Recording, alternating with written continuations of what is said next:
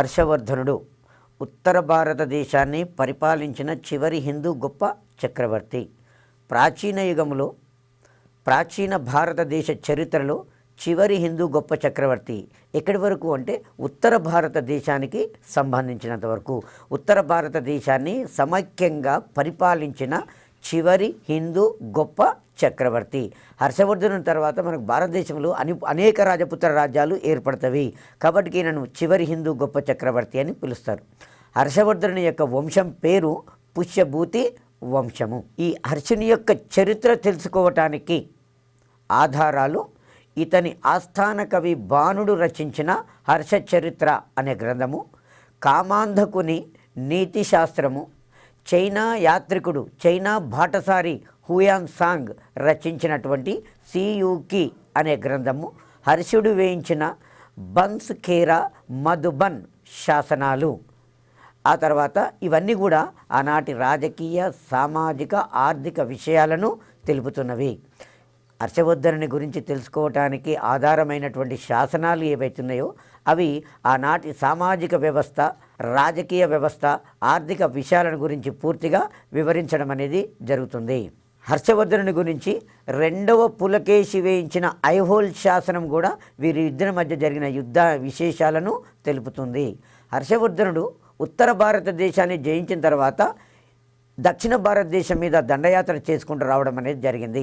ఇద్దరి మధ్యన నర్మదా నది తీరాన యుద్ధం జరుగుతుంది. ఆ యుద్ధంలో రెండవ పులకేశి హర్షవర్ధనుని ఓడిస్తాడు. ఓడించి హర్షవర్ధనుని యొక్క రెండవ పులకేశి తన విజయాలను తెలుపుతున్నటువంటి శాసనంలో హర్షవర్ధనుని గురించి కూడా ఆయన పేర్కొనడం అనేది జరిగింది. ఆ తర్వాత హర్షవర్ధనుడు స్వయంగా రచించిన గ్రంథాలు రత్నావళి, నాగానందము, ప్రియదర్శిని మొదలైన గ్రంథాలు. హర్షుడు స్వయంగా రచించిన గ్రంథాలు రత్నావళి, నాగానందము, ప్రియదర్శిని అనేవి. ఇవి ఆనాటి సామాజిక మత పరిస్థితులను వివరిస్తున్నటువంటి గ్రంథాలు. ఆ తర్వాత హర్షవర్ధనుడు పుష్యభూతి వంశానికి మూల పురుషుడు. పుష్యభూతి అనే వ్యక్తి ఈ వంశానికి మూల పురుషుడు. పుష్యభూతి ఈ విషయాన్ని బాణుని యొక్క హర్ష చరిత్ర తెలియజేస్తూ ఉంటుంది. పుష్యభూతి అనేవాడు హర్షవర్ధనుని యొక్క పుష్యభూతి వంశానికి మూల పురుషుడు అనే విషయాన్ని బాణుడు రచించిన హర్ష చరిత్ర అనే గ్రంథము తెలుపుతుంది. హర్షుని యొక్క తండ్రి పేరు ప్రభాకర వర్ధనుడు, తల్లి పేరు యశోమతి దేవి, సోదరి రాజశ్రీ, తర్వాత సోదరుడు రాజ్యవర్ధనుడు. సోదరిని కనోజు రాజ్య పాలకుడు మౌఖారి వంశస్థుడైన గృహవర్మకిచ్చి వివాహం చేయడం అనేది జరిగింది. ప్రభాకర వర్ధనుని యొక్క కూతురు రాజశ్రీ. ఈమెను కనోజు రాజ్యాన్ని పరిపాలిస్తున్న మౌఖారి వంశానికి చెందిన గృహవర్మకి ఇచ్చి వివాహం చేశారు. తర్వాత హర్షవర్ధనుని యొక్క సోదరుని పేరు రాజ్యవర్ధనుడు. హర్షవర్ధనుడు ఇద్దరు కూడా ప్రభాకర వర్ధనుని యొక్క కుమారులు. ప్రభాకర వర్ధనుడు మొదటిసారిగా పరమభట్టారక మహారాజాదిరాజు అనే బిరుదు పొందాడు. ప్రభాకర వర్ధనునికి గల బిరుదులు పరమభట్టారక మహారాజాది రాజు అనే బిరుదులున్నవి. క్రీస్తు శకము 604 సంవత్సరంలో స్థానేశ్వర రాజ్యంపై హూనులు అనే వాళ్ళు దండెత్తారు. హూనులు మధ్య ఆసియా ప్రాంతానికి చెందిన ఒక అనాగరికమైన తెగ. వీరు ఆయా రాజవంశాల మీద దాడులు చేసి ఆయా రాజవంశాలను నాశనం చేయడం అనేది జరిగింది. హూనులు మన భారతదేశం మీద కూడా దాడి చేశారు. గతంలో హూనుల యొక్క దండయాత్రల వలన గుప్త సామ్రాజ్యము అంతరించింది. ఇదే టైంలో మళ్ళీ ప్రభాకర వర్ధనుని కాలంలో కూడా హూనులు అనేవాళ్ళు 604 సంవత్సరంలో భారతదేశంపై దండయాత్ర చేసుకుంటూ రావడం జరిగింది. హూనులు దండయాత్ర చేసుకుంటూ వస్తే ప్రభాకర వర్ధనుడు తన కుమారులైనటువంటి రాజ్యవర్ధనుడు, హర్షవర్ధనుని హూనుల మీదకి దండయాత్రకు పంపాడు.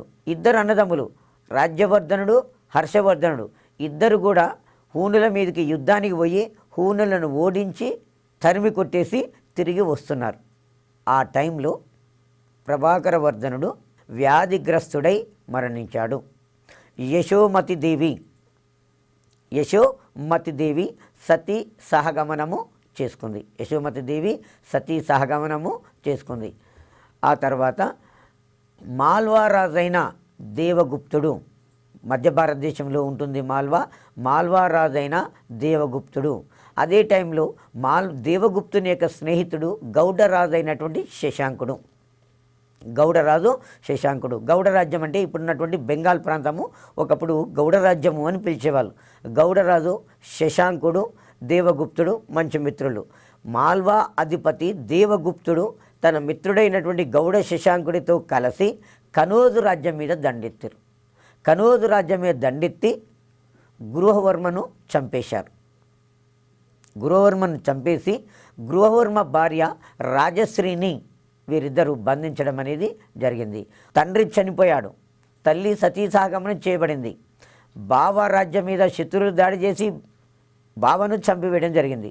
ఇలాంటి క్లిష్టమైన పరిస్థితులు ప్రభాకర వర్ధనుని యొక్క మొదటి కుమారుడు రాజ్యవర్ధనుడు రాజయ్యాడు. రాజవర్ధనుడు రాజయ్యి కనోజు రాజ్యం మీద దండ ఎత్తి దేవగుప్తుని అనేవాన్ని ఓడించాడు. ఎప్పుడైతే రాజవర్ధనుడు కనోజు రాజ్యం మీద దండెత్తి దేవగుప్తుని ఓడించాడు, దేవగుప్తుని యొక్క స్నేహితుడు గౌడరాజు శశాంకుడు తన దర్బారుకు పిలిపించి మాయోపాయం చేత ఈ రాజవర్ధనుని చంపించాడు. హూనులను ఓడించి వస్తున్న టైంలో హర్షవర్ధనుడి తండ్రి ప్రభాకరవర్ధనుడు వ్యాధిగ్రస్తుడై మరణించాడు. తల్లి సతీసాగమనం చేసింది. బావ శత్రురాజ్య చేతిలో చంపబడ్డాడు. చెల్లి శత్రురాజ్య చేతిలో బందీ అయిపోయింది. అన్న కూడా కుట్రకు బలై చంపబడ్డాడు. ఇలాంటి క్లిష్టమైన పరిస్థితులలో 606 సంవత్సరంలో హర్షవర్ధనుడు రాజ్యానికి రావడం అనేది జరిగింది. హర్షవర్ధనుడు రాజ్యానికి వచ్చిన తర్వాత కామరూప అధిపతి భాస్కరవర్మను మైత్రిగా చేసుకోవడం అనేది జరిగింది. హర్షవర్ధనుని యొక్క మిత్రుడు భాస్కరవర్మ కామరూప అధిపతి. కామరూప ఇప్పుడు ప్రస్తుత అస్సాము, ఒకప్పుడు కామరూప అనేవాళ్ళు. ఆ కామరూప అధిపతి భాస్కరవర్మ యొక్క మైత్రి హర్షవర్ధనునికి లభించింది. ఆ తర్వాత హర్షవర్ధనుడు మొదట మాల్వా గౌడ దేశాధినేతలను ఓడించాడు. భాస్కరవర్మ యొక్క మైత్రి లభించిన తర్వాత హర్షవర్ధనుడు తన బావను చంపిన, తన సోదరుని బంధించిన, తన అన్నను చంపినటువంటి మాల్వా గౌడ దేశాధినేతలతోటి యుద్ధం చేశాడు. ఆ యుద్ధంలో వారిని ఓడించడం అనేది జరిగింది. ఆ తర్వాత మాల్వా రాజు దేవగుప్తుడు అనేవాడు రాజశ్రీని బంధించి ఉండే. ఎప్పుడైతే హర్షవర్ధనుని చేతిలో ఓటమి చెందాడో ఇమ్మీడియట్లీ తన దగ్గర బందీగా ఉన్నటువంటి రాజశ్రీని వదిలిపెట్టేస్తాడు. రాజశ్రీ వింధ్యా పర్వతాల అడవులకు పారిపోయి ఆత్మహత్య చేసుకోవాలనుకోవడం అనేది జరిగింది. వింధ్యా పర్వతాల అరణ్యంలోకి పారిపోతుంది. ఇమ్మీడియట్లీ హర్షవర్ధనుడు తన సోదరుని రక్షించుకోవడం అనేది జరిగింది. సోదరుని రక్షించుకున్న తర్వాత తన సోదరి కోరిక మేరకు తన రాజ్యము కనోజ్ రాజ్యము ఈ రెండు రాజ్యాలను కలిపి శిలాదిత్య అనే బిరుదుతోటి అధికారంలోకి వస్తాడు. హర్షవర్ధనుని యొక్క రాజధాని స్థానేశ్వరం, తన సోదరి యొక్క రాజ్యము కనోజు రాజ్యం. ఈ రెండు రాజ్యాలను కలుపుతాడు. కలిపిన తర్వాత శిలాదిత్య అనే బిరుదుతోటి అధికారంలోకి వస్తాడు. శిలాదిత్య అనే బిరుదుతోటి పూర్తి పట్టాభిషేకము 612 సంవత్సరంలో చేసుకున్నాడు. అయితే ఇక్కడ మనం గమనించాల్సిందంటే హర్షవర్ధనుని పరిపాలనా కాలము ప్రధానంగా అడుగుతాడు. 606 నుంచి 647 వరకు హర్షవర్ధనుడు పరిపాలించాడు.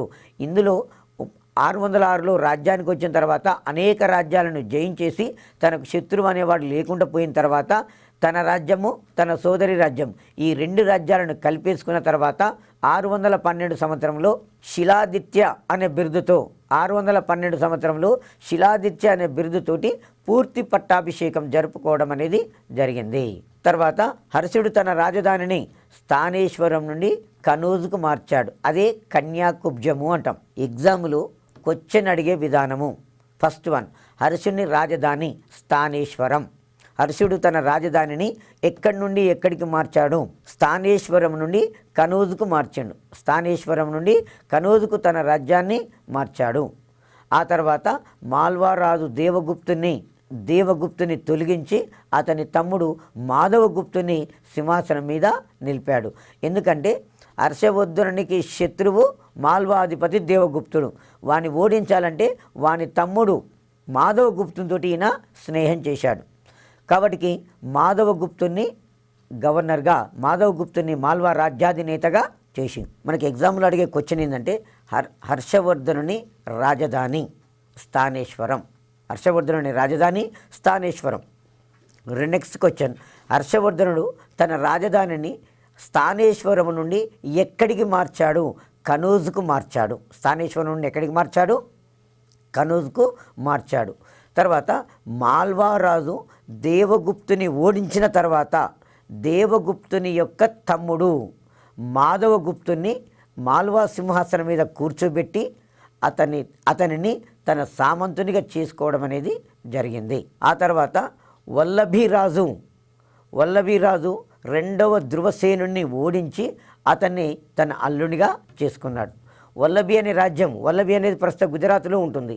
ఆ వల్లభి రాజ్యాన్ని రెండవ ధ్రువసేనుడు అనే రాజు పరిపాలించేవాడు.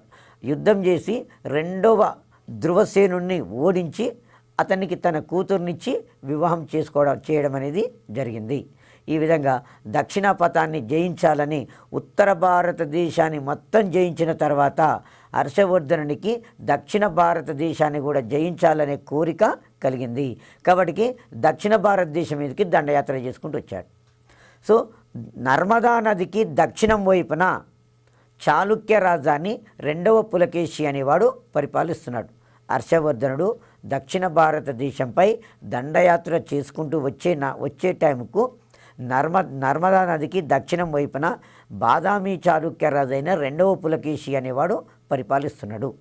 సో హర్షవర్ధనునికి రెండవ పులకేశికి ఇద్దరికి కూడా నర్మదా నది తీరాన యుద్ధం జరిగింది. ఈ యుద్ధంలో హర్షవర్ధనుని రెండవ పులకేశి అనేవాడు ఓడించాడు. ఓడించిన తర్వాత నర్మదా నది అనేది ఇరు రాజ్యాలకు, బాదామి చాళుక్య రాజ్యానికి తర్వాత హర్షవర్ధనుని రాజ్యానికి మధ్య రాజధానిగా చెప్పుకోవడం అనేది నిర్ణయించారు.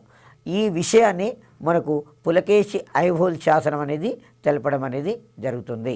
రెండవ పులకేశి తన ఐహోల్ శాసనంలో హర్షవర్ధనుని సకలోత్తర పతేశ్వరునిగా కీర్తించాడు. మనకు ఇక్కడ క్వశ్చన్ ఏమడుగుతాడు అంటే హర్షవర్ధనుని సకలోత్తర పతేశ్వరుడు అని కీర్తించింది ఎవరు? రెండవ పులకేశి. రెండవ పులకేశికి హర్షవర్ధనుడికి నర్మదా నది తీరంలో యుద్ధం జరుగుతుంది. ఈ యుద్ధంలో హర్షవర్ధనుడు ఓటమి చెందుతాడు, రెండవ పులకేశి విజయం సాధిస్తాడు. అయినప్పటికీ కూడా రెండవ పులకేశి హర్షవర్ధనుని యొక్క గొప్పతనాలను గురించి తెలుసుకొని అతనిని తన విజయాలను తెలిపే శాసనములో సకలోత్తర పతేశ్వరునిగా కీర్తించడం అనేది జరిగింది.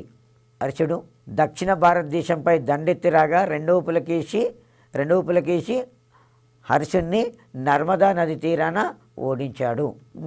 దాని తర్వాత తను దక్షిణ భారతదేశ దండయాత్రలకు ఏనాడు కూడా పాల్పడడం అనేది జరగలేదు. హర్షవర్ధనుడు మారువేషములు తిరుగుతూ ప్రజల బాగోగుల్ని తెలుసుకునేవాడు. హర్షవర్ధనుడు రాజ్యంలో మారువేషంలో తిరుగుతూ ప్రజల యొక్క బాగోగుల్ని ఈయన తెలుసుకోవడం అనేది జరిగింది. దాంతోపాటుగా పరిపాలనా సౌలభ్యం కోసం తన సామ్రాజ్యాన్ని భుక్తులను విషయాలను గ్రామాలుగాను విభజించడం అనేది జరిగింది. భుక్తులు, విషయాలు, పతక, గ్రామాలు ఉండాలి. భుక్తులు, విషయాలు, పతక, గ్రామాలుగా విభజించాడు. మరొకసారి చెప్తున్నాను, హర్షవర్ధనుడు తమ రాజ్యాన్ని భుక్తులు, విషయాలు, పతక, గ్రామాలుగా విభజించడం అనేది జరిగింది. పతక భుక్తికి అధికారి ఉపారిక. పతక అనే ప్రాంతానికి, భుక్తి అనే ప్రాంతానికి అధికారి ఎవరు అంటే ఉపారిక. ఇతనికి భోగపతి అనే పేరు కూడా ఉండేది. ఎవరికి? ఉపారిక అనేవానికి భోగపతి, ఉపారిక అనేవానికి భోగపతి అనే బిరుదు కూడా ఉన్నది. విషయానికి అధికారి విషయపతి. విషయానికి అధిపతి విషయపతి. ఇతనిని కుమారామాత్య అని కూడా పిలుస్తారు. హర్షవర్ధనుడు తమ సామ్రాజ్యాన్ని భుక్తులు, విషయాలు, పతక గ్రామాలుగా విభజించారు. విషయానికి అధికారి విషయపతి. విషయానికి అధికారి విషయపతి. ఇతనిని కుమారాత్య అని కూడా కుమారామాత్య అని కూడా పిలవడం అనేది జరుగుతుంటుంది. హర్షుని కాలంలో రాజ్యానికి ముఖ్య ఆదాయం పండినటువంటి పంటలు సగభాగా పండినటువంటి పంటలు 1/6 శిస్తుగా వసూలు చేసేవారు. పండినటువంటి పంటలు 1/6 భాగాన్ని శిస్తుగా వసూలు చేయడం అనేది జరిగింది.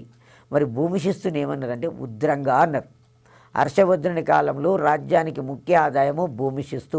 దీనిని 1/6 భాగము, ఇంపార్టెంట్, 1/6 భాగము వసూలు చేశారు. భూమి శిస్తుని ఏమనేవాళ్ళు? ఉద్రంగా అనేవాళ్ళు. భూమి శిస్తుని ఏమనేవాళ్ళు? ఉద్రంగా అని పిలవడం అనేది జరిగింది. ఆ తర్వాత గ్రామము ప్రభుత్వానికి పునాది.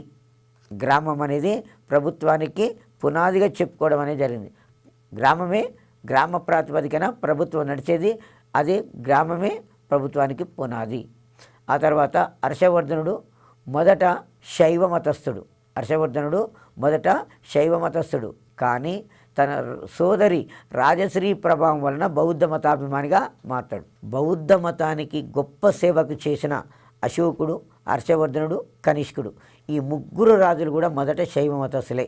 అశోకుడు, కనిష్కుడు, హర్షవర్ధనుడు మొదట శైవ మతస్థులే. ఆ తర్వాతనే బౌద్ధ మతాభిమానులుగా మారిపోవడం అనేది జరిగింది. హర్షవర్ధనుడు మొదట శైవ మతాన్ని అనుసరించాడు కానీ తన సోదరి రాజశ్రీ ప్రభావానికి లోనై బౌద్ధ మతాన్ని స్వీకరించాడు. మహాయాన బౌద్ధ మతాన్ని అనుసరించాడు. హర్షవర్ధనుడు ఏ మతాన్ని అనుసరించాడంటే మహాయాన బౌద్ధ మతము. హర్షవర్ధనుని కాలం నాటికి బౌద్ధ మతము 2గా చీలిపోయి ఉంటుంది ఆల్రెడీ. ఒకటి హీనయాన, 2 మహాయాన. కాబట్టి ఈయన మహాయాన మతాన్ని, హర్షవర్ధనుడు మహాయాన మతాన్ని అనుసరించడం అనేది జరిగింది. ప్రయాగ అనే ప్రాంతంలో ప్రతి 5 సంవత్సరాలకు ఒకసారి మహామోక్ష పరిషత్ అనేదాన్ని నిర్వహించేవాడు. ప్రతి 5 సంవత్సరాలకు ఒకసారి ప్రయాగలో మహామోక్ష పరిషత్ అనే కార్యక్రమాన్ని నిర్వహించేవాడు. ఇట్లాంటివి 5 నిర్వహించడం అనేది జరిగింది. హర్షుడు 5 సంవత్సరాలలో తను కూడబెట్టిన ధనాన్ని మొత్తము ఆ సమావేశం యొక్క చివరన దానం చేయడం అనేది జరుగుతూ ఉండేది. హర్షవర్ధనుడు ప్రయాగలో మహామోక్ష పరిషత్ అనే ఒక బౌద్ధ సమావేశాన్ని 100 రోజులు నిర్వహించేవాడు. ఈ 100 రోజులు సమావేశాల తర్వాత సమావేశం యొక్క చివరి రోజున ఈ 5 సంవత్సరాలలో తను ఎంతైతే ధనాన్ని కూడబెట్టిండో ఆ ధనాన్ని మొత్తం కూడా బీదలకు దానం చేసేటోడు. తన సోదరి రాజశ్రీ ఇచ్చినటువంటి కట్టుబట్టలను కట్టుకొని మళ్ళా ఆదాయాన్ని సంపాదించేవాడు. మరి చక్రవర్తికి ఆదాయం ఎక్కడి నుంచి వస్తుందంటే ప్రజలు పన్నులు చెల్లిస్తే చక్రవర్తికి ఆదాయం రావడం అనేది జరుగుతూ ఉంటుంది. దీన్ని సర్వదాన కార్యక్రమం అని కూడా చెప్పుకోవడం అనేది జరిగింది. సర్వదానం అన్న మహామోక్ష పరిషత్ అన్న ఒకటే. ఎక్కడ నిర్వహించాడు? ప్లేస్ ఎక్కడ? ప్రయాగ అనే ప్రాంతంలో. తర్వాత హర్షుని యొక్క ఆస్థాన కవి బాణుడు. హర్షుని యొక్క ఆస్థాన కవి పేరు బాణుడు. బాణుడు హర్షచరిత్ర, కాదంబరి అనే గ్రంథాలను రాశాడు. బాణుడు రచించిన గ్రంథాలు హర్షచరిత్ర, కాదంబరి. హర్షచరిత్ర, కాదంబరి అనేక గ్రంథాలను బాణుడు రచించాడు. హర్షుని ఆస్థానంలో ఉన్నటువంటి కవులు రచించిన గ్రంథాలు. భర్తృహరి, మయూరుడు అనే కవులు ఉన్నారు. భర్తృహరి సుభాషిత శతకకారుడు. భర్తృహరి సుభాషిత శతకకారుడు అని చెప్పేస్తాం. ఆ తర్వాత మయూరుడు సూర్యశతకం అనే గ్రంథం రాస్తాడు. మయూరుడు సూర్యశతకము. భర్తృహరి సుభాషితకారుడు అని చెప్పేస్తాం. అర్జుని కాలంలో ఆస్థాన కవి బాణుడు. ప్రధానంగా బాణుడు రచించిన గ్రంథాలు హర్షచరిత్ర, కాదంబరి. వారే కాకుండా అర్జుని ఆస్థానంలో భర్తృహరి, ఆ తర్వాత భర్తృహరి, మయూరుడు అనే కవులు ఉన్నారు. భర్తృహరి ఏ గ్రంథం రాశాడు అంటే సుభాషిత రత్నాలు అనే గ్రంథము రాస్తాడు. మయూరుడు సూర్యశతకం అనే గ్రంథం మయూరుడు సూర్యశతకము అనే గ్రంథాన్ని రాశాడు. తర్వాత హర్షుడు స్వయంగా రచించిన గ్రంథాలు సంస్కృత భాషలో రాశాడు. రత్నావళి, నాగానందము, ప్రియదర్శిక. రత్నావళి, నాగానందము, ప్రియదర్శిక అనే సంస్కృత నాటకాలను రచించాడు. హర్షవర్ధనుడు సంస్కృతంలో రచించిన నాటకాలు రత్నావళి, నాగానందము, ప్రియదర్శిక. ఆ తర్వాత అర్చని కాలం నాటి విశ్వవిద్యాలయాలు నలంద, వల్లభి, ఉజ్జయిని, తక్షశిల. ఇవి హర్షవర్ధనుని కాలం నాటి గొప్ప విశ్వవిద్యాలయాలు. హర్షవర్ధనుని కాలం నాటి విశ్వవిద్యాలయాలు నలంద, వల్లభి, ఉజ్జయిని, తక్షశిల. ఇవన్నీ కూడా హర్షవర్ధనుని కాలం నాటి ప్రధానమైన విశ్వవిద్యాలయాలుగా చెప్తాం. ఆ తర్వాత ప్రముఖమైన విశ్వవిద్యాలయము నలంద విశ్వవిద్యాలయం. నలంద విశ్వవిద్యాలయాన్ని గుప్త చక్రవర్తి మొదటి కుమారగుప్తుడు స్థాపించాడు. నలంద విశ్వవిద్యాలయాన్ని గుప్త చక్రవర్తి మొదటి కుమారగుప్తుడు స్థాపించాడు. కానీ హర్షవర్ధనుని కాలంలో ఈ విద్యాలయాలకు బాగా పేరు రావడం అనేది జరిగింది. హర్షుని కాలం నాటి విశ్వవిద్యాలయము నలంద. నలంద విశ్వవిద్యాలయ పోషణకు హర్షవర్ధనుడు 100 గ్రామాలను దానంగా ఇచ్చాడు. ఆ తర్వాత Korea, Mongolia, China, Japan, Tibet, Sri Lanka నుంచి అనేక మంది విద్యార్థులు ఇక్కడికి వచ్చి విద్యను అభ్యసించిపోవడం అనేది జరిగింది. హర్షవర్ధనుని కాలం నాటి గొప్ప విశ్వవిద్యాలయము నలంద విశ్వవిద్యాలయము. నలంద విశ్వవిద్యాలయ కొరకు హర్షునుడు 100 గ్రామాలను దానం ఇచ్చాడు. నలంద బీహార్ రాష్ట్రంలో ఉన్నది. వల్లభి గుజరాత్ రాష్ట్రంలో ఉన్నది. ఉజ్జయిని మధ్య భారతదేశంలో ఉన్నది. తక్షశిల ప్రస్తుతం అయితే అది పాకిస్తాన్ దేశంలో ఉంటుంది. భారతదేశంలో అతి ప్రాచీనమైన విశ్వవిద్యాలయము తక్షశిల విశ్వవిద్యాలయము. తర్వాత నలంద విశ్వవిద్యాలయాన్ని గుప్త చక్రవర్తి మొదటి కుమారగుప్తుడు స్థాపించాడు. నలంద విశ్వవిద్యాలయాన్ని హర్షవర్ధనుడు బాగా అభివృద్ధిలోకి తీసుకొని రావడం అనేది జరిగింది. నలంద విశ్వవిద్యాలయాన్ని హర్షవర్ధనుడు బాగా అభివృద్ధిలోకి తీసుకొని రావడం అనేది జరిగింది. తర్వాత హర్షవర్ధనుడు నలంద విశ్వవిద్యాలయ పోషణ కొరకు 100 గ్రామాలను దానంగా ఇచ్చాడు. ఈ 100 గ్రామాల నుంచి వచ్చే ఫలసాయం బట్టి, శిస్తును బట్టి ఆ విశ్వవిద్యాలయాన్ని పోషించడం అనేది జరిగింది. ఆ విశ్వవిద్యాలయంలో 10,000 మంది విద్యార్థులు, 1,500 మంది ఉపాధ్యాయులు ఉండేవాళ్ళట. కొరియా దేశము, Mongolia, China, Japan, Tibet, Sri Lanka మొదలైన దేశాల నుంచి విద్యార్థులు, కొరియా దేశం నుంచి, Mongolia, China, Japan, Tibet, Sri Lanka మొదలైన దేశాల నుంచి అక్కడికి విద్యార్థులు రావడం అనేది జరిగింది. విద్యార్థులు ఎంతమంది? 10,000 మంది విద్యార్థులు, 1,500 మంది ఉపాధ్యాయులు ఉండేవాళ్ళు నలంద విశ్వవిద్యాలయం. కాంపిటేటివ్ ఎగ్జామ్లో అప్పుడప్పుడు అడుగుతుంటాడు. హర్షవర్ధనుని కాలం నాటి విశ్వవిద్యాలయం నలంద విశ్వవిద్యాలయం. ఎందుకంటే ఇదే ప్రముఖమైనది కాబట్టి నలంద విశ్వవిద్యాలయం. ఇంకొక క్వశ్చను, నలంద విశ్వవిద్యాలయ శిథిలాలు ప్రస్తుతము ఎక్కడ ఉన్నవి? బీహార్ రాష్ట్రంలో ఉన్నవి. నలంద విశ్వవిద్యాలయం యొక్క శిథిలాలు ప్రస్తుతము ఎక్కడ ఉన్నవి? బీహార్ రాష్ట్రంలో ఉన్నవి. ఆ తర్వాత హర్షవర్ధనునికి సమీకృతులైనటువంటి వారు మౌకారి వంశస్థులు. వీరు సౌరాష్ట్రలో విద్యాభివృద్ధి కొరకు వల్లభి విశ్వవిద్యాలయము వీరు స్థాపించడం అనేది జరిగింది. హర్షవర్ధనునికి సమకాలికులు మౌకారి వంశస్థులు. వీరు గుజరాత్ ప్రాంతాన్ని పరిపాలించిన వారు. వీరి కాలంలో వల్లభి విశ్వవిద్యాలయం అనేది స్థాపించబడింది. వల్లభి విశ్వవిద్యాలయము గొప్ప విద్యా కేంద్రంగా మౌకారి వంశస్థుల కాలంలో ఉండేది. 6,000 మంది విద్యార్థులు ఈ విశ్వవిద్యాలయంలో విద్యను అభ్యసించేవారట. చైనా బౌద్ధ మత యాత్రికుడు హుయాన్ సాంగ్ హర్షవర్ధనుని కాలంలో భారతదేశాన్ని సందర్శించాడు. చాలా ఇంపార్టెంట్ క్వశ్చన్ అండి. చైనా దేశం నుంచి 3 బౌద్ధ మత యాత్రికులు భారతదేశానికి వచ్చారు. ఎందుకు వచ్చారు అంటే అశోకుని యొక్క కృషి ఫలితంగా బౌద్ధ మతము చైనా దేశంలో విస్తరించింది. ఆ బౌద్ధ మతం యొక్క గొప్పతనాన్ని వారు చూసిన తర్వాత ఆ బౌద్ధ మత సన్యాసులు ఫాయిహాన్, హుయాన్సాంగ్, ఇత్సిన్ ఇంతటి అద్భుతమైనటువంటి బౌద్ధ మతము పుట్టిన భారతదేశాన్ని కనులార చూడాలి, బౌద్ధ ధాతువులను సేకరించాలి అన్న ఉద్దేశంతో భారతదేశానికి వచ్చారు. మొట్టమొదట ఫాహియాన్ అనేవాడు గుప్తుల కాలంలో భారతదేశానికి వచ్చాడు. గుప్తుల కాలం అన్నప్పుడు రాజు పేరు తీసుకుంటే రెండవ చంద్రగుప్త విక్రమాదిత్యుని కాలంలో వచ్చాడు. రెండవ పర్సను హుయాన్సాంగ్. హుయాన్సాంగ్ హర్షవర్ధనుని కాలంలో భారతదేశాన్ని సందర్శించాడు. ఎగ్జామ్లో క్వశ్చన్, హర్షవర్ధనుని కాలంలో భారతదేశాన్ని సందర్శించిన చైనా బౌద్ధ మత యాత్రికుడు హుయాన్సాంగ్.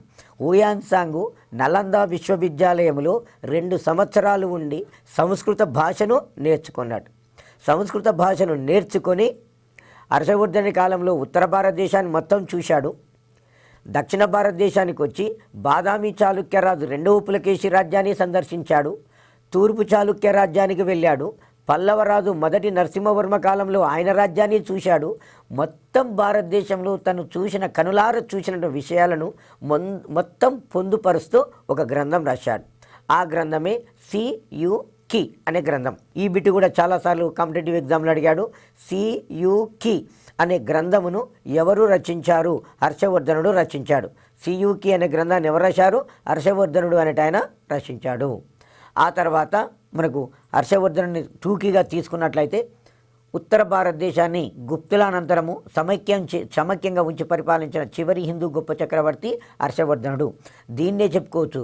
ఎందుకంటే హర్షవర్ధనుడి వరకే ప్రాచీన యుగం అని చెప్పుకుంటాం కాబట్టి ప్రాచీన భారతదేశంలో ఉత్తర భారతదేశాన్ని పరిపాలించిన చివరి హిందూ గొప్ప చక్రవర్తి హర్షవర్ధనుడు. హర్షవర్ధన్ తర్వాత అనేక రాజపుత్ర రాజులు వివిధ వంశనామాలతోటి అధికారంలోకి రావడం అనేది జరిగింది. ముఖ్యంగా హర్షవర్ధనుని పరిపాలన కాలాన్ని మనం చూసుకోవాలి. 606 నుంచి 647 వరకు హర్షవర్ధనుని పరిపాలనా కాలం ఉంటుంది. ఆ తర్వాత హర్షవర్ధనుని వంశం పేరు అడుగుతాడు. పుష్యభూతి వంశము. హర్షవర్ధనుని యొక్క వంశం పేరు పుష్యభూతి వంశము. హర్షవర్ధనుని యొక్క రాజధాని స్థానేశ్వరం. హర్షవర్ధనుని యొక్క రాజధాని స్థానేశ్వరము అనేది హర్షుని యొక్క రాజధాని. హర్షుడు తన రాజధానిని స్థానేశ్వరం నుండి ఎక్కడికి మార్చాడు? కన్యాకుబ్జానికి. దానిని కనోజ్ అని చెప్పడం అనేది జరుగుతుంది. హర్షవర్ధనునికి గల బిరుదు శిలాదిత్య. హర్షవర్ధనునికి గల బిరుదు శిలాదిత్య అనేది హర్షవర్ధనునికి కలిగినటువంటి బిరుదు. ఆ తర్వాత హర్షవర్ధనుని యొక్క స్నేహితుడు కామరూప అధిపతి భాస్కర వర్మ. కామరూప అధిపతి భాస్కర వర్మ అనేవాడు ఇతని యొక్క స్నేహితుడు. అలాగే మాల్వా అధిపతి దేవగుప్తుని యొక్క తమ్ముడు మాధవగుప్తుని కూడా ఈయన స్నేహం చేయడం అనేది జరిగింది.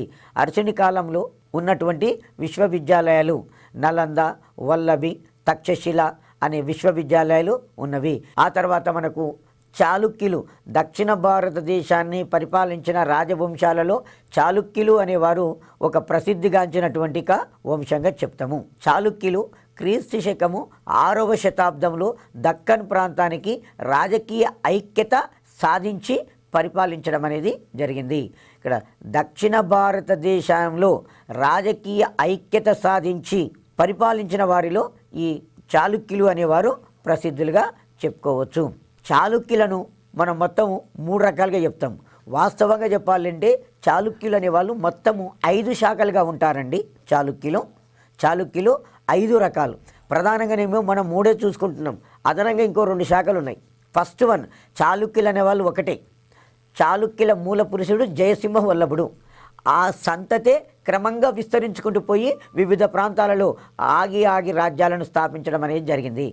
ఒక రాజ్యం అంతరించిన తర్వాత మళ్ళీ గ్యాప్ వచ్చి మళ్ళీ ఆ వంశానికి సంబంధించిన వాడు మళ్ళీ తిరిగి అధికారంలోకి రావడం జరిగింది. అలా వచ్చినప్పుడు వారికి వేరువేరు ప్రాంతాలు వేరువేరు కాలాలలో అధికారాలకు వచ్చారు కాబట్టి ఆ ప్రాంతాలతో పిలిచారు. మొట్టమొదటి చాళుక్యులు వీరిని బాదామి చాళుక్యులు అంటాం, లేదు వాతాపి చాళుక్యులు అంటాం. ప్రస్తుతము కర్ణాటక రాష్ట్రంలో బీజాపూర్ జిల్లాలో బాదామి లేదా వాతాపి అనేది ఉన్నది. దానిని రాజధానిగా చేసుకొని పరిపాలించారు కాబట్టి వారిని బాదామి చాళుక్యులు అని పిలుస్తున్నారు. అని పిలుచుకోవడం అనేది జరిగింది. ఈ బాదామి చాళుక్య రాజులలో గొప్పవాడు 2వ పులకేశి. తూర్పు కోస్తా ప్రాంతాన్ని జయించి తన తమ్ముడు కుబ్జ విష్ణువర్ధనుని తన ప్రతినిధిగా అక్కడ నిలిపిండు. ఆయన అక్కడ స్వతంత్రమైన రాజ్యాన్ని స్థాపించిండు. అతను స్థాపించిన రాజ్యానికి రాజధాని వేంగి, కాబట్టి వాళ్ళను వేంగి చాళుక్యులు అన్నాం. అదే టైంలో పశ్చిమ వైపున చాళుక్యులు ఉన్నారు, వీరు తూర్పు వైపున ఉన్నారు. కాబట్టి పశ్చిమ వైపున ఉన్న వాళ్ళనేమో పశ్చిమ చాళుక్యులు అన్నారు, తూర్పు వైపున ఉన్నవారినేమో తూర్పు చాళుక్యులు అని పిలిచారు. తూర్పు వైపున ఉన్నవారిని తూర్పు చాళుక్యులు అని పిలవడం అనేది జరిగింది. మరొకటి, బాదామి చాళుక్య రాజ్యం పతనమైన తర్వాత రాష్ట్రకూటులు వస్తారు. రాష్ట్రకూటుల దగ్గర ఉద్యోగస్తులుగా పనిచేస్తారు. ఉద్యోగస్తులుగా పనిచేసి ఆ రాష్ట్రకూట రాజ్యాన్ని అంతం చేసి మళ్ళీ తిరిగి చాళుక్యుల అధికారాన్ని పునరుద్ధరించుకోవడం అనేది జరిగింది. అప్పుడు వీళ్ళకు రాజధాని కళ్యాణి, కాబట్టి వీరిని కళ్యాణి చాళుక్యులు అని పిలుస్తాం. వీరు అధికారంలోకి వచ్చినప్పుడు కూడా తూర్పు వైపున చాళుక్యులు అనే వాళ్ళు ఉంటారు, కాబట్టి వీళ్ళని మళ్ళీ పశ్చిమ చాళుక్యులు అంటారు. ఇలా చాళుక్యులు, బాదామి లేదా వాతాపి చాళుక్యులు, దీని సంతతికి సంబంధించిన వారే తూర్పు చాళుక్యులు లేదా వెంగి చాళుక్యులు. ఈ బాదామి చాళుక్య సంతతికి చెందిన వారే కళ్యాణి చాళుక్యులు. ఈ మూడు ప్రధానంగా కాకుండా మరో 2 వంశాలు ఉన్నవి. కరీం నగర్ జిల్లాలో వేములవాడను రాజధానిగా చేసుకొని పరిపాలించారు, కాబట్టి వేములవాడ చాళుక్యులు అన్నారు. కరీంనగర్ జిల్లాలో వేములవాడను రాజధానిగా చేసుకొని పరిపాలించారు, కాబట్టి వీరిని వేములవాడ చాళుక్యులు అని పిలిచారు. ఆ తర్వాత ఖమ్మం జిల్లాలో ముదిగొండను కేంద్రంగా చేసుకొని పరిపాలించారు, కాబట్టి ముదిగొండ చాళుక్యులు అన్నారు. ఈ మొత్తం సంతతి ఒకటే, బాదామి చాళుక్య సంతతికి సంబంధించిన వాళ్ళే అక్కడక్కడ చీలిపోయారు. ఫస్ట్ వన్, పశ్చిమ తీర ప్రాంతంలో బాదామి లేదా వాతాపిని రాజధానిగా చేసుకొని పరిపాలించారు, కాబట్టి వాళ్ళని ఏమన్నాము, బాదామి చాళుక్యులు అని పిలిచాం, లేదు వాతాపి చాళుక్యులు అన్నాం. తర్వాత మరొక వర్గము, చాళుక్యులలో మరొక వర్గము తూర్పు తీర ప్రాంతంలో రాజమహేంద్రవరం దగ్గర వేంగిని రాజధానిగా చేసుకొని పరిపాలించారు, కాబట్టి వేంగి చాళుక్యులు అన్నాము, తూర్పు చాళుక్యులు అన్నాం. మరొక వంశము కర్ణాటక రాష్ట్రంలో బీదర్ జిల్లాలోని కళ్యాణిని రాజధానిగా చేసుకొని పరిపాలించాం, కాబట్టి వీరిని కళ్యాణి చాళుక్యులు అని పిలిచాం. మరి ఈ చాళుక్యులు అనేవాళ్ళు పల్లవులకు సమకాలికులుగా పనిచేశారట, పరిపాలించారు. పల్లవులు దక్షిణాన కాంచీపురాన్ని రాజధానిగా చేసుకొని పల్లవులు పరిపాలిస్తుంటే, అదే టైంలో దక్షిణ భారతానికి ఉత్తరం వైపున అంటే వింధ్యా సాత్పుర పర్వతాలు నర్మదా నదికి దక్షిణం వైపున ఈ బాదామి చాళుక్యులు అనే వాళ్ళు పరిపాలించడం అనేది జరిగింది. చాళుక్యులు దక్షిణ పథాన్ని క్రీస్తు శకము 6వ శతాబ్దం నుండి 8వ శతాబ్దం వరకు, తిరిగి 10వ శతాబ్దం నుండి 12వ శతాబ్దం మధ్యకాలంలో వీరు పరిపాలించారు. క్రీస్తు శకం 6 నుంచి 8 శతాబ్దాల మధ్యకాలము, మళ్ళీ మధ్యలో 2 శతాబ్దాలు స్తబ్దతగా ఉండిపోయింది. ఆ తర్వాత 10వ శతాబ్దం నుండి 12వ శతాబ్దం వరకు, 10వ శతాబ్దం నుండి 12వ శతాబ్దం వరకు మధ్యలో వీరి అభిప్రాయాలు ఆగిపోవడం అనేది, మళ్ళా వీరి ప్రభావం 6 నుంచి 8 శతాబ్దం వరకు పెరిగింది, మధ్యలో ఆగిపోయింది, మళ్ళీ తిరిగి 10 నుంచి 12వ శతాబ్దం వరకు వీరి కాలం అనేది పరిపాలన కాలము జరిగింది. స్వతంత్ర చాళుక్య వంశానికి పునాదులు వేసిన రాజవంశము బాదామి చాళుక్యులు, వీరిని పశ్చిమ చాళుక్యులు అంటాం. చాళుక్యులకు మూల పురుషుడు జయసింహ వల్లభుడు, ఇది గతంలో ఎస్జిటిలోనే అడిగాడు. చాళుక్యుల మూల పురుషుడు జయసింహ వల్లభుడు. చాళుక్య రాజ్యస్థాపకుడు మొదటి పులకేశి. ఇక్కడ వంశస్థాపకుడు వేరు, రాజ్యస్థాపకుడు వేరు. వంశస్థాపకుడు ఇక్కడ మూల పురుషుడు జయసింహ వల్లభుడు.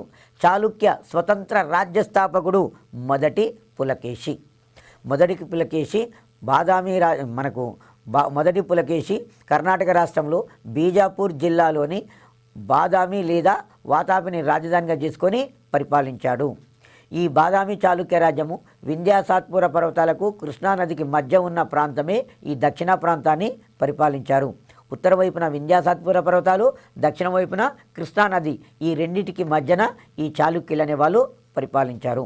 జయసింహ వల్లభుడు మూల పురుషుడు. ఆ జయసింహ వల్లభుని యొక్క కుమారుడు రణరాగుడు. ఆ తర్వాత రణరాగుని యొక్క కుమారుడే మొదటి పులకేశి. మొదటి పులకేశే స్వతంత్ర రాజ్య స్థాపకుడు. ఇతను 535 నుంచి 566 సంవత్సరం వరకు మొదటి పులకేశి పరిపాలించాడు. మొదటి పులకేశిని కుమారుడు మొదటి కీర్తివర్మ. మొదటి పులకేశి కుమారుడు మొదటి కీర్తివర్మ క్రీస్తకము 567 598 సంవత్సరాల మధ్య పరిపాలించాడు. ఈ కీర్తివర్మకు మహారాజు అనే బిరుదు ఉన్నది. స్వతంత్ర రాజ్య స్థాపకుడు మొదటి పులకేశి. మొదటి పులకేశి తర్వాత అతని కుమారుడు మొదటి కీర్తివర్మ. మొదటి కీర్తివర్మకు మహారాజు అనే బిరుదు ఉన్నది. మొదటి కీర్తివర్మ మరణించే నాటికి అతని కుమారుడు రెండవ పులకేశి చిన్న పిల్లవాడు. కాబట్టి తన తమ్ముడు మంగళేశునికి రాజ్యాన్ని అప్పగించి తదనంతరం నా కుమారులకు అప్పగించమని చెప్తాడు. సో మంగళేశుడు అనేవాడు క్రీస్తు శకము 598 నుంచి 609 వరకు మంగళేశుడు అనేవాడు పరిపాలన చేశాడు. మంగళేశుడు గుజరాత్ను పరిపాలించిన కాలచుర్యులను యుద్ధంలో ఓడించి రేవతి ద్వీపాన్ని ఆక్రమించాడు. గుజరాత్ ప్రాంతాన్ని కాలచూర్యులు అనేవాళ్ళు, కాలచూరులు అని కూడా పిలుస్తాం. కాలచూరులు రేవతి ద్వీపాన్ని పరిపాలించేవారు. ఈ మంగళేశుడు ఏం చేశాడు, కాలచూరుల మీదకి యుద్ధానికి పోయి కాలచూరులను ఓడించి గోవా ద్వీపాన్ని ఆక్రమించాడు. అదే రేవతి ద్వీపము అని పిలుస్తాం. రెండవ పులకేశి తన సోదరుల యొక్క సహాయంతో పినతండ్రిని మంగళేశుని చంపి 609లో రాజ్యాన్ని ఆక్రమించాడు. ఇక్కడ కారణం ఏంటంటే మంగళేశుడు సింహాసనాన్ని రెండవ పులకేశికి అప్పగించకుండా తన కుమారులకు అప్పగించుకోవాలని ప్రయత్నం చేస్తాడు. కాబట్టి రెండవ పులకేశి అనేవాడు తన సోదరులను కూడా తీసుకొని తన పినతండ్రితో యుద్ధం చేసి పినతండ్రిని చంపేసి 609లో రాజ్యాన్ని ఆక్రమించాడు. సో మరి ఈ వంశక్రమాన్ని తీసుకున్నట్లయితే, ఈ చాళుక్యుల వంశాన్ని తీసుకున్నట్లయితే జయసింహ వల్లభుడు మూల పురుషుడు. అతని తర్వాత రణరాగుడు అధికారంలోకి వచ్చాడు.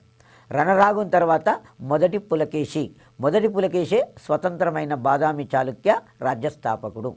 ఆ తర్వాత మొదటి పులకేశి తర్వాత అతని సోదరుడు మంగళేశుడు వచ్చాడు. మంగళేశుని తర్వాత మొదటి పులకేశి కుమారుడు రెండవ పులకేశి అధికారంలోకి వచ్చాడు. రెండవ పులకేశి తర్వాత అతని కుమారుడు మొదటి విక్రమాదిత్యుడు అధికారంలోకి వచ్చాడు. చివరి రాజు రెండవ కీర్తివర్మ. బాదామి చాళుక్య రాజులలో చివరివాడు రెండవ కీర్తివర్మ అనేవాడు చివరి రాజు. మరి ఇందులో ఈ బాదామి చాళుక్య రాజులలో మనము రెండవ పులకేశి అనే రాజును తీసుకున్నట్లయితే రెండవ పులకేశి 609 నుంచి 642 వరకు పరిపాలించాడు. రెండవ పులకేశి 609 నుంచి 642 వరకు పరిపాలించాడు. ఇందులో మనము గమనించాల్సింది హర్షవర్ధనుని పరిపాలన కాలము ఈయన పరిపాలన కాలము దాదాపుగా ఒకేలాగా ఉంటుంది. హర్షవర్ధనుడు 606 నుంచి 647 వరకు పరిపాలిస్తాడు. రెండవ పులకేశి 609 నుంచి 642 వరకు పరిపాలిస్తాడు. కాబట్టి కాలమానం యొక్క వ్యత్యాసాన్ని గమనించాలి. రెండవ పులకేశి పరిపాలన కాలం ఎప్పటి నుంచి 609 నుంచి 642 వరకు. తర్వాత బాదామి చాళుక్య వంశపాలకులలో రెండవ పులకేశి గొప్ప చక్రవర్తి. మొదట కదంబులను, కొంకణ ప్రాంతపు మౌర్యులను, గాంగరాజులను, లాటవాలను ఓడించాడు. గూర్జరాలను ఓడించాడు. రెండవ పులకేశి అనేవాడు అధికారంలోకి వచ్చిన తర్వాత కదంబులను ఓడించాడు. కొంకణ ప్రాంతాన్ని పరిపాలిస్తున్న మౌర్యులను ఓడించాడు. గాంగరాజులను ఓడించాడు. లాటవ పాలకులను ఓడించాడు. గూర్జరాలను ఓడించాడు. తన రాజ్యాన్ని విస్తరింపచేసుకోవడం అనేది జరిగింది. కళింగ రాజ్యంపై దండెత్తి దానిని ఆక్రమించాడు. పిఠాపురాన్ని ఆక్రమించి పాలనా బాధ్యతను తన తమ్ముడైనటువంటి కుబ్జ విష్ణువర్ధనునికి అప్పగించాడు. పాలనా బాధ్యతను తన తమ్ముడైనటువంటి కుబ్జ విష్ణు అంటే ఇక్కడ తీరస్థాంధ్రం నుంచి ఆ ఒరిస్సాలో ఉన్నటువంటి పిఠాపురం వరకు దండయాత్రలు చేసుకుంటూ పోయి మొత్తం ఆ ప్రాంతాన్ని జయించి ఆ తూర్పు తీర ప్రాంతంలో తను జయించిన ప్రాంతానికి తన తమ్ముడు కుబ్జ విష్ణువర్ధనుని తన ప్రతినిధిగా నిలపడం అనేది జరిగింది. తన రాజప్రతినిధిగా నిలిపాడు. ఆ తర్వాత పల్లవ రాజ్యం మీద దండెత్తిండు. రెండవ పులకేశి పల్లవ రాజ్యం మీద దండెత్తిండు. పల్లవ రాజ్యం మీద దండెత్తి మొదటి మహేంద్రవర్మను ఒక యుద్ధంలో ఓడించాడు. ఆ యుద్ధం పేరు పుల్లలూరు యుద్ధము. రెండవ పులకేశి పల్లవ రాజ్యం మీద దండెత్తి పల్లవ రాజైన మొదటి మహేంద్రవర్మను 630లో పుల్లలూరు యుద్ధంలో ఓడించాడు. అతని రాజ్యంలో కొంత భూభాగాన్ని ఆక్రమించాడు. రెండవ పులకేశి కాలంలో చైనా బాటసారి హుయాన్ సాంగ్ ఇతని రాజ్యాన్ని సందర్శించాడు. హుయాన్ సాంగ్గానే మనం ఏం చెప్తాము అంటే హర్షవర్ధనుని పరిపాలన కాలం చెప్తాం. హుయాన్ సాంగ్ భారతదేశాన్ని ఎవరి కాలంలో సందర్శించాడు? హర్షవర్ధనుని కాలంలో సందర్శించాడు. మరి ఇక్కడ దక్షిణ భారతదేశంలో ఎవరి రాజ్యానికి వచ్చాడు? రెండవ పులకేశి రాజ్యాన్ని సందర్శించాడు. రెండవ పులకేశి యొక్క ఆస్థానానికి పర్షా చక్రవర్తి ఒక రాయబార వర్గాన్ని పంపాడు. పర్షా చక్రవర్తి ఎవరు? రెండవ ఖుస్రు. పర్షా దేశం చక్రవర్తి రెండవ ఖుస్రు అనేవాడు ఈ రెండవ పులకేశి యొక్క ఆస్థానానికి తన రాయబార వర్గాన్ని పంపడం అనేది జరిగింది. ఆ రెండవ ఖుస్రు పంపగా వచ్చినటువంటి రాయబార వర్గాన్ని ఎంతో గౌరవంగా ఆదరించాడు, రిసీవ్ చేసుకున్నాడు. ఆ చేసుకున్న చిత్రాన్ని అజంతా గుహలలోని మొదటి గుహలో ప్రెస్కోపు చిత్రంపై దీన్ని సాక్ష్యంగా మలచడం అనేది జరిగింది. రెండవ ఖుస్రు పంపగా వచ్చిన రాయబారాన్ని తను రిసీవ్ చేసుకున్నటువంటి విధానం గురించి ఇందులో చెప్పుకోవడం అనేది జరిగింది. ఈ అజంతా గుహలలో చెక్కారు. అజంతా గుహలలో చెక్కడం అనేది జరిగింది. తర్వాత ఈ రెండవ పులకేశి పల్లవ రాజ్యం మీద దండెత్తిండు. మొదట పల్లవ రాజ్యం మీద దండెత్తిండు. మహేంద్రవర్మను ఓడించిండు. వారి రాజ్యం కొంత భాగాన్ని ఆక్రమించాడు. ఆ తర్వాత హర్షవర్ధనుడు దక్షిణ భారతదేశం మీద దండయాత్ర చేసుకుంటూ వస్తే హర్షవర్ధనుడిని నర్మదా నది తీరంలో ఓడించి పరమేశ్వర అనే బిరుదు పొందిండు. రెండవ పులకేశికి ఏమని బిరుదు ఉంది? పరమేశ్వర అనే బిరుదు ఉంటుంది. మహేంద్రవర్మను ఓడించాడు. హర్షవర్ధనుని ఓడించిన తర్వాత మళ్ళీ పల్లవ రాజ్యం మీద దండెత్తిండు. అప్పుడు పల్లవరాజు మొదటి నరసింహవర్మ పరిపాలిస్తున్నాడు. ఇతనిని 642లో మణిమంగళ యుద్ధంలో ఓడించినాడు. అతని సేనాని వేయించిన ఐహోల్ శాసనము తెలుపుతుంది. రెండవ పులకేశి యుద్ధ విజయాలను గురించి తెలిపే శాసనం ఐహోల్ శాసనం. రెండవ పులకేశి యుద్ధ విజయాలను గురించి తెలిపే శాసనము ఐహోల్ శాసనము.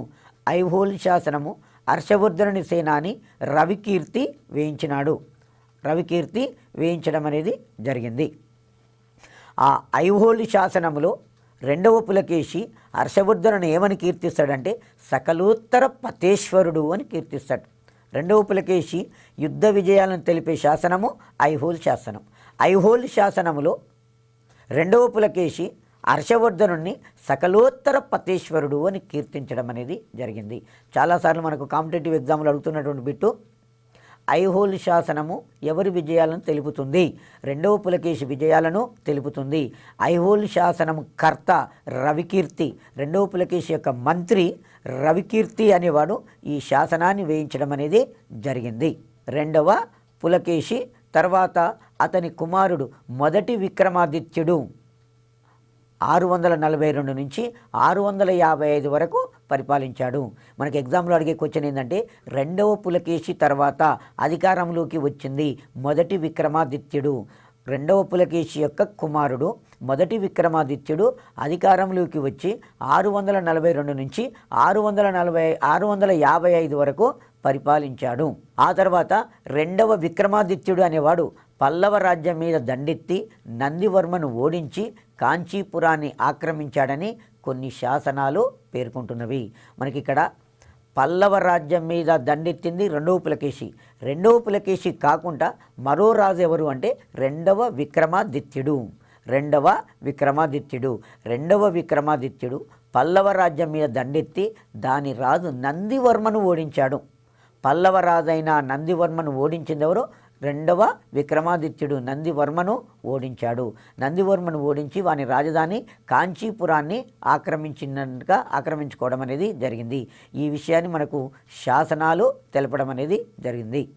క్రీస్తు శకము 753 సంవత్సరంలో దంతిదుర్గుడు అనేవారు, వారి దగ్గర సైన్యాధిపతిగా వారి దగ్గర సామంతులుగా పనిచేస్తున్న దంతిదుర్గుడు రెండవ కీర్తివర్మను ఓడించి రాష్ట్రకూట సామ్రాజ్యాన్ని ఆక్రమించుకోవడం అనేది జరిగింది. చిట్ట చివరి రాజు బాదామి చాళుక్యులలో చిట్ట చివరి రాజు ఎవరు? రెండవ కీర్తివర్మ అనేవాడు. రెండవ కీర్తివర్మ 746 నుంచి 757 సంవత్సరాల వరకు పరిపాలించాడు. బాదామి చాళుక్య రాజులు శ్రీ పృథ్వీ వల్లభ అనే బిరుదు పొందారు. ఇది స్కూల్ అసిస్టెంట్లకు మనకు వస్తుందండి. బాదామి చాళుక్య రాజులు పొందినటువంటి బిరుదులు శ్రీ పృథ్వీ వల్లభ అనే బిరుదులను. ఆ తర్వాత రెండవ పులకేశి తన సామ్రాజ్యాన్ని రాష్ట్రాలు, విషయాలు, తర్వాత నాడులుగా విభజించాడు. పరిపాలనలో చిట్టచివరిది గ్రామము. పరిపాలనలో చిట్టచివరి యూనిట్ ఏంది? గ్రామం చెప్పుకోవడం అనేది జరిగింది. గ్రామ పరిపాలన గ్రాముండ అనే అధికారి నిర్వహించేవాడు. రెండవ పులకేశి తన సామ్రాజ్యాన్ని రాష్ట్రాలు, విషయాలు, నాడులుగా విభజించండు. గ్రామ పరిపాలనలో చివరి యూనిట్ గ్రామము. గ్రామ పరిపాలన చూపించేది గ్రాముండ అనే అధికారి చూపించేవాడు. ఆ తర్వాత ఈ బాదామి చాళుక్యుల కాలంలో బాదామి, ఐహోల్, పట్టడకల్లో అనేక అద్భుత దేవాలయాలు నిర్మించారు. బాదామి చాళుక్యులు బాదామి అనే ప్రాంతంలో, ఐహోల్ అనే ప్రాంతంలో, పట్టడకల్లో అనేక అద్భుత దేవాలయాలు నిర్మించారు. తర్వాత వైష్ణవ మతము ప్రజలలో ఎక్కువగా ఉండింది. కానీ బాదామి చాళుక్య రాజులు జైన మతానికి కూడా ప్రాధాన్యతను కల్పించారు. పాలకులు జైన మతానికి కూడా అవకాశాన్ని కల్పించారు. మెయిన్గా వైష్ణవ మతం అనేది ఉండింది. తర్వాత జైన మతం కూడా వీళ్ళ కాలంలో కొంతవరకు వ్యాప్తి చెందడం అనేది జరిగింది. ఆ తర్వాత వీరి కాలానికి చెందింది కర్ణాటక రాష్ట్రంలో మైసూరు సమీపంలో శ్రావణ బెలగోలాలో జైన గోమటేశ్వరుని యొక్క విగ్రహము ఉన్నది. గోమటేశ్వరుని యొక్క విగ్రహాన్ని బాహుబలి విగ్రహం అని చెప్పేస్తాం. జైన గోమటేశ్వరుని విగ్రహం ఎక్కడ ఉన్నది? శ్రావణ బెలగోలాలో ఉన్నది. శ్రావణ బెలగోల కర్ణాటక రాష్ట్రంలో మైసూరు సమీపంలో ఉన్నది. మనం ఈ చాళుక్యుల గురించి టూకీగా తీసుకున్నట్లయితే, ఒకసారి మొత్తం అనాలిసిస్ చేసినట్లయితే, చాళుక్యులు అనేవాళ్ళు ఒకటే. ఈ చాళుక్య మూల పురుషుడు జయసింహ వల్లభుడు. చాళుక్యుల మూల పురుషుడు జయసింహ వల్లభుడు. స్వతంత్ర చాళుక్య రాజ్య స్థాపకుడు మొదటి పులకేశి. కర్ణాటక రాష్ట్రంలోని బాదామి లేదా వాతాపిని రాజధానిగా చేసుకొని పరిపాలించారు కాబట్టి బాదామి లేదా వాతాపి చాళుక్యులు అన్నాం. బాదామి చాళుక్య రాజులందరిలోకెల్లా గొప్పవాడు రెండవ పులకేశి. హర్షవర్ధనుడు దక్షిణ భారతదేశంపై దండయాత్ర చేసుకుంటూ వస్తే అతనిని నర్మదా నది తీరాన ఓడించి నర్మదా నది అనేది ఇరు రాజ్యాలకు సరిహద్దు ప్రాంతంగా నిర్ధారించారు. రెండవ పులకేశి విజయాలను తెలిపే శాసనము ఐహోల్ శాసనంలో రెండవ పులకేశి హర్షవర్ధనుని సకలోత్తర పతేశ్వరుడు అని కీర్తించాడు. రెండవ పులకేశి హర్షవర్ధనుని ఓడించి పరమేశ్వర అనే బిరుదు పొందాడు. రెండవ పులకేశి కాలంలో చైనా బౌద్ధ మత యాత్రికుడు హుయాన్సాంగ్ అతని రాజ్యాన్ని సందర్శించడం అనేది జరిగింది. రెండవ పులకేశి పల్లవ రాజ్యమే దండెత్తి మహేంద్రవర్మను పుల్లలూరు యుద్ధంలో ఓడించాడు. ఆ తర్వాత పల్లవ రాజ్యం మీద దండెత్తితే మొదటి నరసింహవర్మ ఇతనిని ఒక మణిమంగళ యుద్ధంలో ఓడించి తరిమివేయడం అనేది జరిగింది. ఆ తర్వాత వైష్ణవ మతము తర్వాత జైన మతం కూడా కొంతవరకు వీళ్ళ కాలంలో ఉన్నది. కర్ణాటక రాష్ట్రంలో శ్రావణ బెలగోలాలో అతిపెద్ద గోమటేశ్వరుని విగ్రహము ఈ బాదామి చాళుక్యుల కాలానికే సంబంధించిందిగా చెప్పుకోవడం అనేది జరిగింది. మనం ఒకసారి రెండవ పులకేశి గురించి టూకీగా చూసుకున్నట్లయితే బాదామి చాళుక్య రాజులందరిలోకెల్లా గొప్పవాడు రెండవ పులకేశి. ఈ రెండవ పులకేశి పల్లవ రాజ్యమే దండెత్తి మహేంద్రవర్మను పుల్లలూరు యుద్ధంలో ఓడించాడు. తూర్పు కోస్తా ప్రాంతం మీద పిఠాపురం వరకు దండయాత్ర చేసుకుంటూ వెళ్ళి ఆ తూర్పు కోస్తా ప్రాంతాన్ని మొత్తం జయించి తన తమ్ముడు కుబ్జ విష్ణువర్ధనుని అక్కడ తన ప్రతినిధిగా నిలిపాడు. అండ్ దెన్ ఉత్తర భారతదేశాన్ని పరిపాలించిన చివరి హిందూ గొప్ప చక్రవర్తి హర్షవర్ధనుడు దక్షిణ భారతదేశానికి దండయాత్ర చేసుకుంటూ వస్తే హర్షవర్ధనుని నర్మదా నది తీరాన యుద్ధంలో ఓడించి రెండవ పులకేశి విజయాలను తెలిపే శాసనం ఏంటంటే ఐహోల్ శాసనం. ఆ ఐహోల్ శాసనంలో హర్షవర్ధనుని సకలోత్తర పతేశ్వరుడు అని కీర్తించాడు. ఆ తర్వాత హర్షవర్ధనుని ఓడించినాక తను మాత్రము పరమేశ్వర అనే బిరుదు పొందాడు.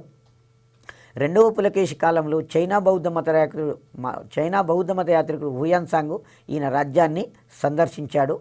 ఆ తర్వాత పల్లవ రాజ్యమే దండెత్తితే మొదటి నరసింహవర్మ ఇతని మణిమంగళ యుద్ధంలో ఓడించి తరిమితే రాజధానికి వచ్చాడు. రాజధానిలో దొరికించుకొని ఇతన్ని చంపివేయడం అనేది జరిగింది. ఇంతతోటి మనకు పల్లవులు కంప్లీట్ అవుతుంది. నెక్స్ట్ పల్లవులు అనేవాళ్ళు క్రీస్తు శకము 557 సంవత్సరం నుంచి 797 సంవత్సరాల మధ్యకాలంలో దక్షిణ భారతదేశాన్ని పరిపాలించారు. మనకు పల్లవులు అంటే నవీన పల్లవులే అని అర్థం. పల్లవులు రాజధాని కాంచీపురం. పల్లవుల యొక్క రాజధాని కాంచీపురం. పల్లవులు మొదట శాతవాహనులకు సామంతులుగా ఉన్నారు. శాతవాహనులు పతనమైపోయిన తర్వాత మొదట ప్రస్తుత ఆంధ్రప్రదేశ్లోని గుంటూరు జిల్లాలో పల్నాడు ప్రాంతంలో మొట్టమొదటిసారిగా రాజ్యస్థాపన చేశారు. పల్లవులు శాతవాహనులకు సామంతులు. వీరు ఆంధ్రదేశంలోని గుంటూరు జిల్లాలోని పల్నాడు ప్రాంతంలో మొదటిసారిగా రాజ్యస్థాపన చేశారు. అక్కడి నుంచి దక్షిణ ప్రాంతానికి విస్తరించారు. అదే ద్రావిడ దేశానికి విస్తరించి కాంచీపురాన్ని రాజధానిగా చేసుకొని దాదాపుగా తమిళనాడు ప్రాంతాన్ని మొత్తం కూడా ఈ పల్లవులు అనేవారు పరిపాలించారు. వీరిలో మిక్కిలి గొప్ప రాజులు సింహ విష్ణువు, మహేంద్రవర్మ, మొదటి నరసింహవర్మ అనేవారు గొప్ప రాజులు. ఆర్డర్ క్రమం అడుగుతాడని మనకి ఎగ్జామ్లో ఎప్పుడైనా రాజులు ఎక్కువ మంది ఉన్నప్పుడు ఆర్డర్ క్రమం అడగడం జరుగుతుంది. సింహ విష్ణువు, మహేంద్రవర్మ, మొదటి నరసింహవర్మ అనే గొప్ప రాజులు. ఆ తర్వాత నెల్లూరు నుంచి కావేరీ నది వరకు గల భూభాగాన్ని మొత్తము ఈ పల్లవులు అనేవాళ్ళు పరిపాలించారు. పల్లవులను మనము 4 భాగాలుగా వర్ణించుకోవడం జరుగుతుంది. ఒకటి ప్రాకృత పల్లవులు, సంస్కృత పల్లవులు, మహాపల్లవులు, నందివర్మను అతని సంతతి అని చెప్పేస్తాం. ప్రాకృత పల్లవులు, సంస్కృత పల్లవులు, మహాపల్లవులు, నందివర్మన్ అతని వారసులు అని చెప్పి 4 రకాలుగా మనం పల్లవులను పేర్కొనడం అనేది జరుగుతుంది. తర్వాత వీరకూర్చవర్మ ఈ వంశానికి మూల పురుషుడు. పల్లవుల మూల పురుషుడు వీరకూర్చవర్మ. తర్వాత చొప్పదేవ కూడా ఈ వంశ తొలిపాలకులుగా వస్తుంది. కానీ ప్రధానంగా పల్లవుల మూల పురుషుడు వీరకూర్చవర్మ. దీన్నే మైండ్లో పెట్టుకోవాలి. పల్లవుల మూల పురుషుడు ఎవరు? వీరకూర్చవర్మ. వీరి రాజ్యంలో తొండై మండలము, తాండ్రపతము, కుంతల ప్రాంతాలు ఉండేవి. తొండై మండలం మీన్ తమిళనాడు ప్రాంతం. తొండై మండలము, తాండ్రపతము, కుంతల ప్రాంతాలు అనేవి ఈ పల్లవుల యొక్క రాజ్యంలో భాగాలు. శివస్కందవర్మన్ అశ్వమేధయాగాన్ని నిర్వహించి ధర్మ మహారాజు అనే బిరుదు పొందాడు. కాంచీపురము వీరికి వశం కావడం అనేది జరిగింది. శివస్కందవర్మను అశ్వమేధయాగాన్ని నిర్వహించి ధర్మ మహారాజు అనే బిరుదును పొందాడు. తర్వాత కాంచీపురాన్ని ఆక్రమించుకోవడం అనేది జరిగింది. మనకు ప్రాకృత పల్లవులు, సంస్కృత పల్లవులు అంటున్నాం కదా. ఇందులో విష్ణుగోపుడు ఈ వంశపు రాజు. ఇతనిని సముద్రగుప్తుడు అనేవాడు ఓడించాడు. మనకు గుప్త చక్రవర్తులలో గొప్ప రాజులలో సముద్రగుప్తుడు అనేవాడు. సముద్రగుప్తుడు ఏం చేశాడు అంటే ఉత్తర భారతదేశంలో తన రాజ్యానికి పక్కనున్న 9 రాజ్యాలను జయించాడు. బెంగాల్ ప్రాంతం జయించాడు. మధ్య భారతదేశంలో ఉన్న 18 ఆటవిక రాజ్యాలను జయించాడు. ఒరిస్సాలో మహాకాంతార అనే అటవీ ప్రాంతాన్ని పరిపాలిస్తున్న వ్రాగ్యరాజు మొదలుకొని దక్షిణాన కంచిని పరిపాలిస్తున్న విష్ణుగోపుని వరకు ఓడించాడు. చాలా చాలా ఇంపార్టెంటు. సంస్కృత పల్లవరాజుకు చెందిన ఆయన, వంశానికి చెందినవాడు. ఇక్కడ ఎగ్జామినేషన్లో అడిగేది సముద్రగుప్తుడు దక్షిణ దేశ దండయాత్రలో ఓడించిన పల్లవరాజును గుర్తించుము. విష్ణుగోపుడు. సముద్రగుప్తుడు దక్షిణ దేశ దండయాత్రలో ఓడించిన పల్లవరాజు ఎవరు? విష్ణుగోపుడనే రాజు. ఈ రాజులలో నందివర్మను అనేవాడు చివరి రాజుగా వస్తాడు. సంస్కృత పల్లవులలో నందివర్మను అనే అతను చివరి రాజుగా రావడం అనేది జరిగింది. ఆ తర్వాత మహాపల్లవులు అంటేనే నవీన పల్లవుల కిందికి తీసుకుంటాము. వీరి పరిపాలనలో పల్లవుల యొక్క చరిత్రలో ఒక ఉజ్వల ఘట్టంగా దీన్ని చెప్పుకోవడం అనేది జరిగింది. సింహ విష్ణువు ఈ వంశస్థాపకుడు. ఇక్కడ మనం గుర్తుపెట్టుకోవాల్సింది ఒకటేనండి, పల్లవుల మూల పురుషుడు వీరకూర్చవర్మ, పల్లవ రాజ్య స్థాపకుడు సింహ విష్ణువు. దట్ మీన్ మహాపల్లవులే నవీన పల్లవులు అంటేనే ఇంక దీన్ని చదువుకోవాల్సి వస్తుంది. సింహ విష్ణువు ఈ వంశాన్ని స్థాపించాడు. సింహ విష్ణువుకు గల బిరుదు అవని సింహ. అవని అంటే భూమిపై సింహం లాంటివాడు. ఎవరికి? శత్రువులకు. ద్రావిడ దేశంలో పల్లవ రాజ్య స్థాపకుడు సింహ విష్ణువుకు గల బిరుదు సింహ విష్ణువుకు గల బిరుదు అవని సింహ. అవని సింహ అనే బిరుదు ఉన్నది. సింహ విష్ణువు ద్రావిడ దేశంలో పల్లవ రాజ్యాన్ని స్థాపించాడు. ఇతను 575 సంవత్సరం నుంచి 600 సంవత్సరం వరకు పరిపాలించాడు. 600 సంవత్సరం వరకు పరిపాలించడం అనేది జరిగింది. ఇది మనకింతటితో ఈ మొదటి సింహ విష్ణువు. ఈయన ఓన్లీ పల్లవ రాజ్యంలో పల్లవ రాజ్యాన్ని ద్రావిడ దేశంలో స్థాపించాడు.